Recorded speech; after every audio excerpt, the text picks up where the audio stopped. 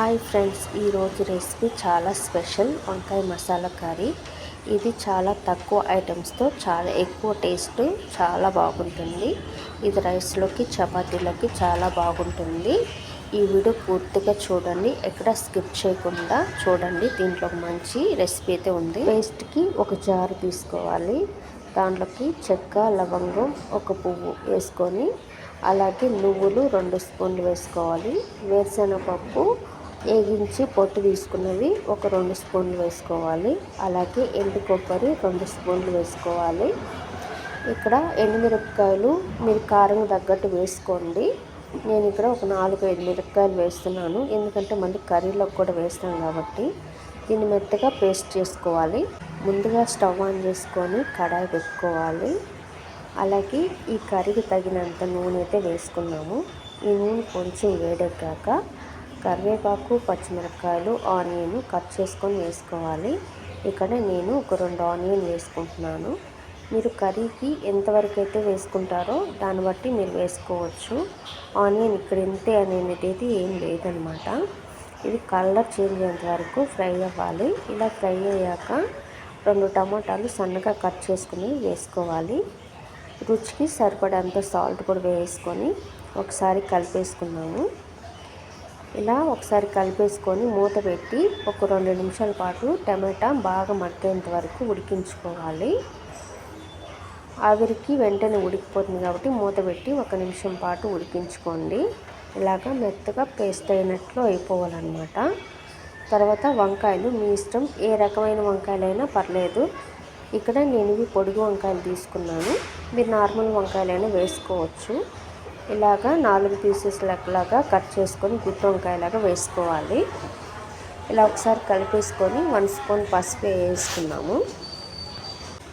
ఇది కూడా ఒకసారి కలిపేసుకొని మూత పెట్టి ఒక 2 నిమిషాల పాటు ఉడికించుకోవాలి. సగం బాయిల్ అవుతుంది మూత పెట్టేస్తే, కాబట్టి మూత పెట్టి కొంచెం ఉడికాక ఒక గ్లాస్ వాటర్ కూడా వేసుకొని ఒకసారి కలిపేసి మళ్ళీ మూత పెట్టేసి మళ్ళీ మెత్తగా ఉడికించుకోవాలి. నీళ్ళు వేస్తేనే వంకాయ బాగా ఉడుకుతుంది కాబట్టి ఒక గ్లాస్ వాటర్ అయితే సరిపోతుంది. ఇది ఆల్మోస్ట్ ఉడికిపోయింది. తర్వాత 1 స్పూను అల్లం వెల్లుల్లి పేస్ట్ వేసుకున్నాము. అలాగే 1 స్పూన్ కారం. ఆల్రెడీ మనం ఆ పేస్ట్లోకి ఎండుమిరపకాయలు వేసాం కాబట్టి ఇంకా అవసరం లేదు. 2 స్పూన్లు ధనియాల పొడి వేసుకొని ఒకసారి బాగా కలిపేసుకున్నాము. వంకాయ మాత్రం చెదిరిపోకుండా బాగా కలుపుకోవాలి. ఇలా ఒకసారి కలుపుకున్నాక మూత పెట్టి నూనె పైకి తేలేంత వరకు ఉడికించుకోవాలి.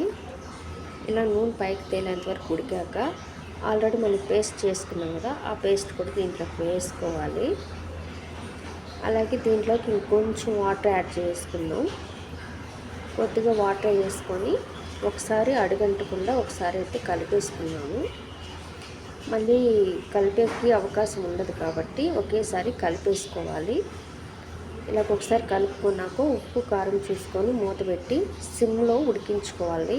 ఎందుకంటే హై ఫ్లేమ్లో పెడితే మాడిపోతుంది. అలాగే ఒక నిమ్మకాయలో సగం నిమ్మకాయ దీంట్లోకి అయితే పిండుకోవాలి. మెయిన్ ఈ నిమ్మకాయ టేస్టే చాలా బాగుంటుంది, కర్రీ కూడా మంచి టేస్ట్ వస్తుంది కాబట్టి నిమ్మకాయ సగం వేసుకున్నాము. ఇది ఒకసారి బాగా కలిపేసుకున్నాం. వంకాయ కర్రీకి ఎప్పుడు కూడా నూనె పైకి తేలేంత వరకు ఉడికించుకోవాలి. అలాగే కొద్దిగా కొత్తిమీర కూడా వేసుకొని 1 నిమిషం పాటు ఉడికించుకుంటే సరిపోతుంది.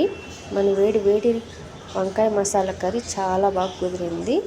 మీరు ఒకసారి చేసి ఎలా వచ్చిందో కామెంట్ చేయండి. అలాగే ఇది రైస్లోకి అలాగే చపాతీలో కూడా మంచిగా సరిపోతుంది. మా వీడియోస్ మీకు నచ్చితే లైక్ చేయండి, సబ్స్క్రైబ్ చేయండి. మరిన్ని వీడియోస్ కోసం కామెంట్ చేయండి. ఇలాంటి మరిన్ని వీడియోస్ మా ఛానల్లో ఉన్నాయి, మీరు ఒకసారి అయితే చూసేసి లైక్ చేయండి.